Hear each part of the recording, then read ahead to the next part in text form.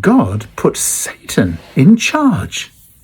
Satan was originally understood to be an important ally for God. Way back in Numbers 22:22, God sends Satan to confront Balaam's wrongdoing.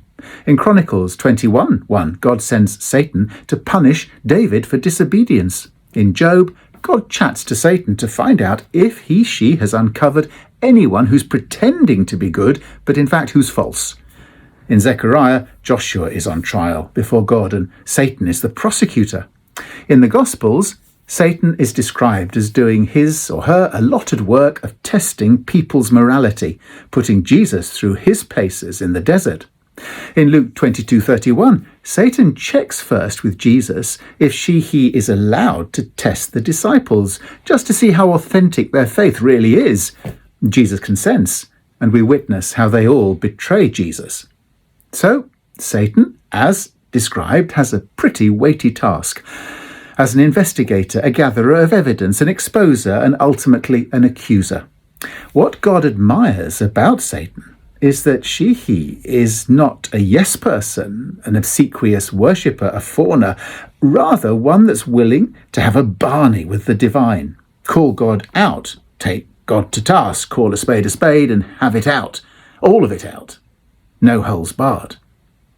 It helps us understand why God has bunked off on holiday and left Satan in charge. There's a lot of work to be done.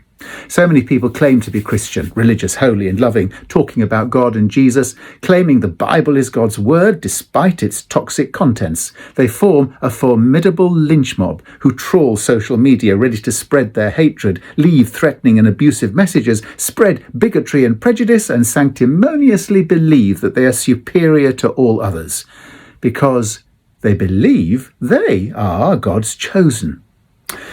God was up to her ears in it, despaired, and decided it was time to bring in Satan with the task of challenging and confronting all these pretenders and impostors and holding them to account.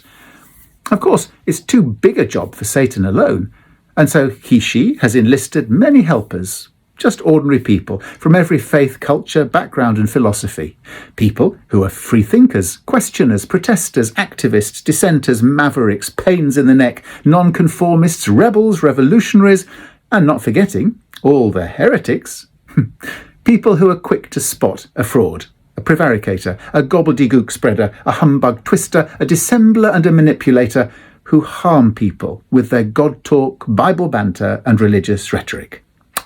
Satan is on the job, and hopefully by the time God has had enough sun and sand, she may be in for a pleasant surprise.